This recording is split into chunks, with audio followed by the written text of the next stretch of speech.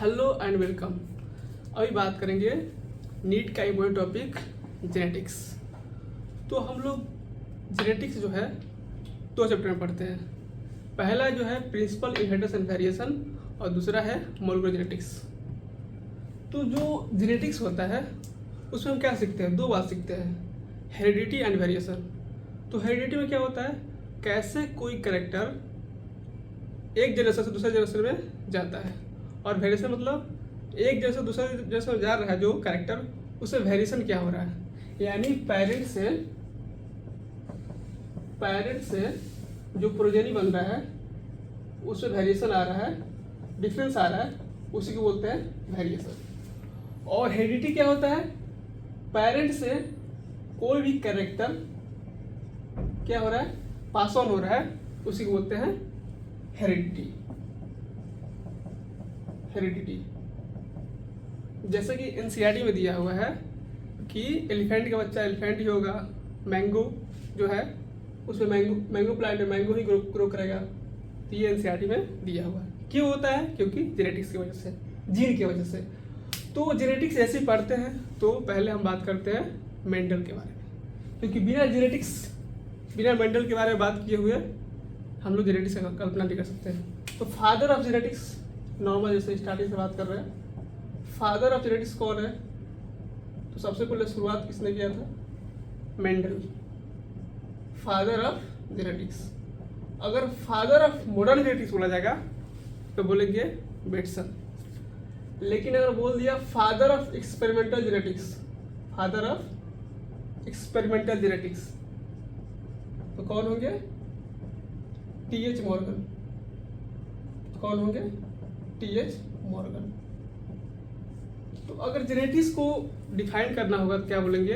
Branch of science which deals with heredity and variation.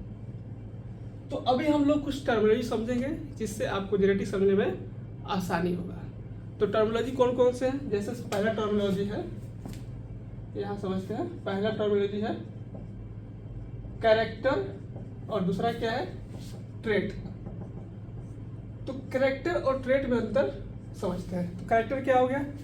जैसे मान लीजिए किसी पर्सन का ले लिए हाइट, यानी फीचर बोलिए, कैरेक्टर क्या हो गया? फीचर हो गया। जैसे ले लिए हाइट, तो ये हो गया कैरेक्टर। और वो पर्सन टॉल है, लंबा है या छोटा है, ये हो गया उसका ट्रेट। उसी तरह से जैसे मान लीजिए अगर पी प्लांट कर रहे हैं, क्योंकि जेनेटिक्स से बात करते हैं अधिकतर मेंडल के बारे में, मेंडल में पढ़ते हैं, तो उसमें पी प्लांट पर उन्होंने एक्सपेरिमेंट किया था। इसका साइंटिफिक नाम क्या है? Pisum sativum. तो इसमें जैसे कि तो उसमें ले लिए, क्या ले लिए? Flower colour. तो फ्लावर कलर हो गया कैरेक्टर। फ्लावर कलर क्या हो गया? कैरेक्टर। और ट्रेट क्या होगा? जो फ्लावर कलर है वायलेट है या वाइट है, तो उसको बोल देंगे ट्रेट। यानी मेरे कहने का मतलब ये है कि कोई भी जैसे कि कैरेक्टर, जैसे कोई भी चीज़ क्या वो ले लीजिए, जैसे हाइट ले लिए, कलर ले लिए, ठीक है, तो वो हो गया कैरेक्टर। और ट्रेट क्या हो गया? उसका अल्टरनेट फॉर्म। जैसे टॉल और डार्क हो सकता है, और कलर में क्या हो सकता है? वायलेट और वाइट। तो कैरेक्टर के बारे में समझ गया। तो अब हम समझते हैं, इसके बाद आगे चलते हैं, हम लोग जीन के बारे में समझते हैं। तो जीन को समझने के लिए इसको रफ कर लेते हैं पहले। तो जीन क्या होता है?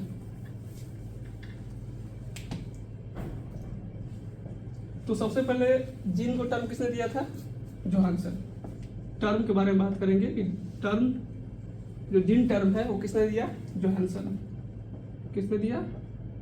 जोहानसन। तो फिर आप बोलिएगा कि सर हम लोग तो जेनेटिक्स में मेंडल के बारे में बात करते हैं, वो नहीं दिए थे क्या? तो नहीं दिए थे। ना उन्हें क्रोमोसोम के बारे में पता था, ना ही उन्हें डीएनए के बारे में पता था, क्योंकि उस समय तक क्रोमोसोम का डिटेल स्टडी नहीं हुआ था, मॉलिक्यूलर लेवल पे स्टडी नहीं हुआ था, ठीक है। तो जो जीन होता है, जीन क्या होता है? जीन होता है पार्ट ऑफ डीएनए। क्या होता है? पार्ट ऑफ डीएनए होता है जो किसी कैरेक्टर के लिए रिस्पॉन्सिबल हो। किसके लिए रिस्पॉन्सिबल हो?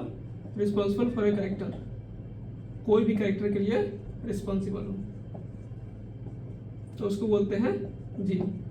यानी मेरे कहने का मतलब है इसमें कि जो जीन है वो डीएनए का पार्ट है, वो कोई ना कोई कैरेक्टर के लिए रिस्पॉन्सिबल होगा। जैसे यहाँ पे एक बना रहे क्रोमोजोम,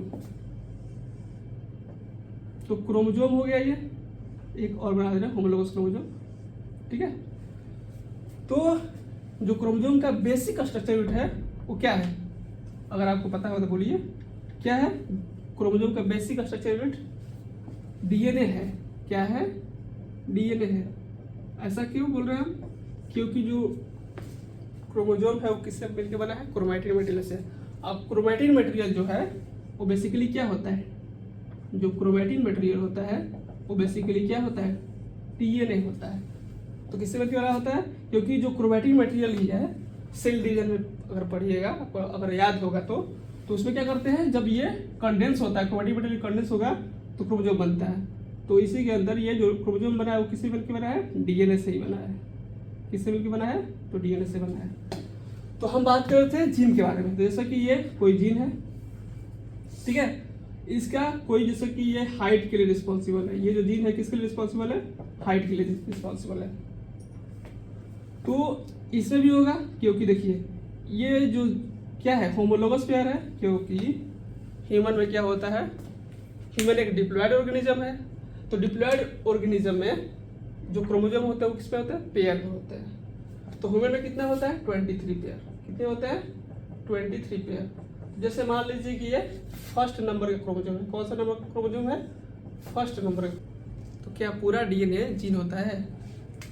जैसे आपसे क्वेश्चन पूछ रहे हैं कि क्या पूरा डीएनए, जैसे कि हम लोग क्रोमोजोम बनाए, ठीक है, तो क्रोमोजोम के अंदर डीएनए होता है, या क्योंकि हमने अभी बात किया कि जो क्रोमोजोम है उसका बेसिक स्ट्रक्चर यूनिट क्या है?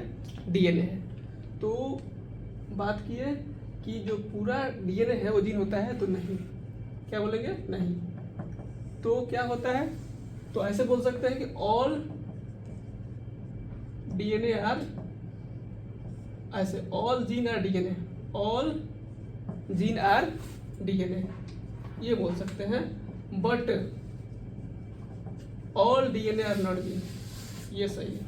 But all DNA are not gene, ये लाइन याद रखिएगा, ठीक। तो अब बात कर रहे हैं सिस्ट्रॉन के बारे में। तो सिस्ट्रॉन क्या होता है? तो सिस्ट्रॉन अगर देखा जाए, सिस्ट्रॉन के बारे में देखते हैं। सिस्ट्रॉन जो होता है बेसिकली क्या होता है? वो जीन ही होता है। बेसिकली अगर ट्रू मीनिंग में देखा जाए, अगर असली में इसका अर्थ देखा जाए तो क्या होता है? जीन ही होता है। यानी वैसा जीन जो किसके लिए रिस्पॉन्सिबल हो? पॉलीपेप्टाइड के लिए। किसके लिए रिस्पॉन्सिबल हो? पॉलीपेप्टाइड के लिए। तो उसको बोल सकते हैं सिस्ट्रॉन, ठीक है। तो अब बात कर रहे हैं एलील के बारे में। अब बात करेंगे एलील के बारे में। तो एलील के बारे में आप कुछ तो पढ़े होंगे। जैसे एलील क्या होता है? एलील होता है अल्टरनेटिव फॉर्म ऑफ जीन। क्या होता है? Alternative form of gene. Alternative form of gene वो कहाँ प्रेजेंट होता है? एलील वो होता है जैसे कि यहाँ पे एक पेयर ऑफ क्रोमोजोम बना लियो, होमोलोगस क्रोमोजोम पे सेम लोकस पे होता है। सेम लोकस यानी जैसे यहाँ पे है, ये किसके लिए रिस्पॉन्सिबल है? हाइट के लिए। तो यहाँ पे भी क्या होगा? हाइट के लिए होगा, या तो टॉल होगा या तो डॉर्फ होगा। तो इसी को बोलते हैं एलील। तो एलील क्या है? अल्टरनेटिव फॉर्म ऑफ जीन है। वो कहाँ पे होगा? होमोलोगस क्रोमोजोम पे होगा, होमोलोगस क्रोमोजोम पे होगा और सेम लोकस पे होगा। तो उसी को बोलते हैं एलील। तो और जैसे कि बात करेंगे कि कैसे, जैसे जो इनिशियली जो ऑर्गेनिज्म डिप्लॉयड ऑर्गेनिज्म थे, तो उसमें जो एलील है, एक हो गया डोमिनेंट हो गया, जैसे टॉल अगर हो गया तो उसको बोलते हैं डोमिनेंट एलील, और दूसरा हो गया रिसेसिव एलील। तो जो इनिशियली जब डेवलप्ड हुआ ऑर्गेनिज्म, जैसे ह्यूमन के ले लीजिए, तो इनिशियली जो जीन था वो कैसा था? डोमिनेंट था। और फिर रिसेसिव कैसे आया? ये भी तो क्वेश्चन उठ सकता है ना, कि जब इनिशियली बोलिए या बोलिए नेचर में या वाइल्ड एलील बोलिए, तो उस समय कैसा था? डोमिनेंट था। तो रिसेसिव एलील कैसे आया? तो रिसेसिव एलील आया कैसे? म्यूटेशन से। ये म्यूटेशन हम लोग आगे पढ़ेंगे, ठीक है। तो इसमें वेरिएशन कैसे होता है उसके बारे में बात करते हैं, ठीक।